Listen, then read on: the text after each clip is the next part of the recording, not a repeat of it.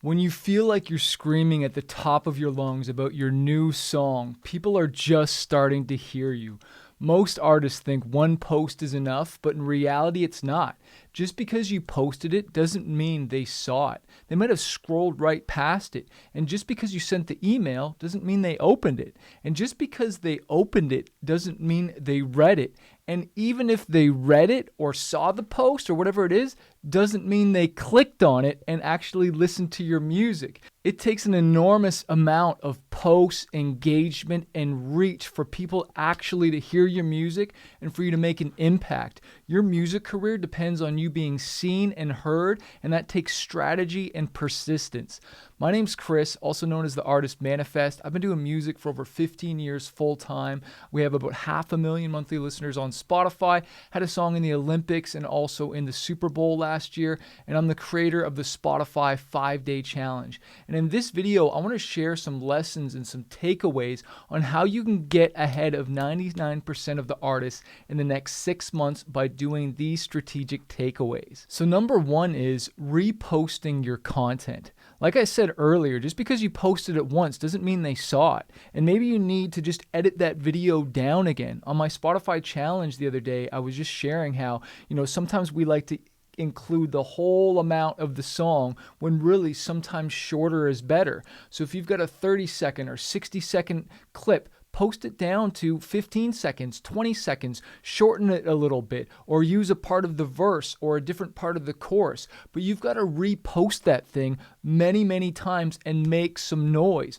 I was sharing a story about this artist who had posted the same song 34 times, and on the 34th time he started to get some hate on it. Like someone was like, dude, you have posted this song 34 times, why don't you switch it up? And it really discouraged him. And maybe you feel discouraged and you haven't even posted 5 times yet and you're getting tired of the song. But it was on his 35th post that the song went freaking viral, got hundreds of thousands of streams. And so he was encouraging artists, and I want to encourage you, when you feel like giving up, when you feel like you're exhausted about posting this song and promoting it, you're just breaking through the noise. You might be tired of it, but I promise you, millions of other people aren't. And if anything, when you finally start to break through the noise, they're just starting to notice you. And if anything, they're applauding you, really, because they're like, man, this person is persistent. They're not giving up on their career. And I would really like to know, post in the comments below, if you've posted your song 34 times, even 25 times. May have done that for a song that's maybe 1 or 2 years old, but like a recent song, 34 times, I need to get my act together. So what we need to take away from this is that the algorithm isn't your enemy. It's just a crowded marketplace, right? And repetition is how you cut through the noise, and the noise isn't other artists. Like, that's not who we're competing with. We're competing with Netflix, okay? We're competing with porn. We're competing with, Amazon, cat videos, all kinds of crazy stuff, right? And you cut through that noise not by posting the same thing over and over again, because the definition of insanity is just to do the same thing over and over again and go, well, it doesn't work. No, you just did the same thing over and over again. You got to switch it up. You got to try different new things. And what I said to some of my students the other day, maybe it's not time to give up on your dream, but it is time to give up on your strategy and try something new. And I do hope you join our next Spotify 5-Day Challenge to get some new strategies. The next takeaway is how to share your song. We should never say, hey, my new song is out now, go check it out, or this new single just dropped, or yo, have you heard my album yet? It's like, we got to share the story behind the song, okay? A song is like an onion, and you got to peel the layers back of why you wrote it. What is the feeling? What is the emotion you went through? I wrote this song because people were struggling with suicide. I wrote this song because I heard about the wars going on here and it affected me. I lost a person to this, or I had my heart broken. You know what I mean? I got this text and, I was heartbroken. And so I wanted to share people who are in that dark place to never give up and keep fighting, right? Like, when you attach that emotional connection to a song, then people are more likely to hear it, as opposed to my new song is out. Like, well, what does that mean, right? Especially if you're a new artist and nobody's heard of you. And let me just give you the news. nobody's heard of you. I was sharing about this artist named Avicii the other day to someone, and they hadn't heard of him. And God bless, he passed away, but I was watching his documentary, and he's got one of the biggest songs, many big songs that have like billions of streams. And yet we think that we have to be a household name. No, you don't. You just need to be out there posting and promoting and marketing. The next takeaway is knowing your why. If you can figure out your why, you'll figure out any how, because this music game is rough. And sometimes we feel like giving up. Even, I've had some great success, and even some days I'm not always feeling it. But we got to tap back into our why. What is the reason I'm writing music? And not just get caught up in the process of tracking guitars or writing another chorus or verse or coming up with a new melody. But why am I doing this? What's this song about? Why am I even talking about this? Why are we saying this? Why are we doing this? And it really reminds you to find your why, to tap into it, because in those dark times, in those messy middle times, it'll give you that strength and tenacity to keep going. Proverbs 24:16 says, even though a righteous man or woman falls down 7 times, they get up and go again. And I want to encourage you to get up and go again. You might be in a dark place. You might be in a rough patch right now. Well, this is the sign and the message for you to keep going and to re-tap into your why. Was it a concert? Was it, a movie? What was it that triggered why you wanted to get into music in the first place? And I really encourage my students and people I talk to, don't just be about the money. You want to be about the music. If you focus on the music and fans and delivering a great product, the money will come. The next lesson, and this really hit home because I'm really big on, just music in general and organic and also paid ads, okay, to get my music out there, right? I've had a lot of success in both, but ads are what I really love. And what I like to say is that don't start unless you're going to commit. And what I mean by that is you want to commit for 30 to 90 days, especially when it comes to, wanting to optimize your ad, but also if we're trying to get more streams, right, on Spotify or YouTube, and whenever you run ads on Facebook or Instagram or wherever, you're going to get bleed over, okay? And what I mean by bleed over is people will find your song if they're digging it and the ad's good and it connects with people. Yes, your Spotify streams will go up, but people will also search you on YouTube. People will Shazam the song on Apple. You'll even get a lift on Amazon. Everything gets a lift, okay?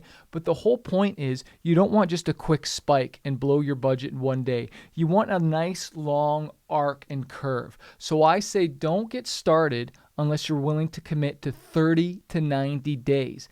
Have your budget, whether that's 5 a day, 10 a day, 20 a day, 50 a day, whatever it is, but you want to stay consistent. And I normally say start with $5 or $10 a day because you want to make sure that you've got a good ad. You want to make sure it's working. And what I was saying to one of this students I was asking a question was that, you want to take your winners. That's why we posted content earlier, 34, 35 times to find out which one connected the most, which one got the most organic streams, and that's the one you should lead with your ad. It's not guaranteed that's the one that's going to work, but there's a good chance if it worked organically, it's also going to work with an ad. The next takeaway is you really want to turn this anxiety that you might be having about posting or the stress into anticipation.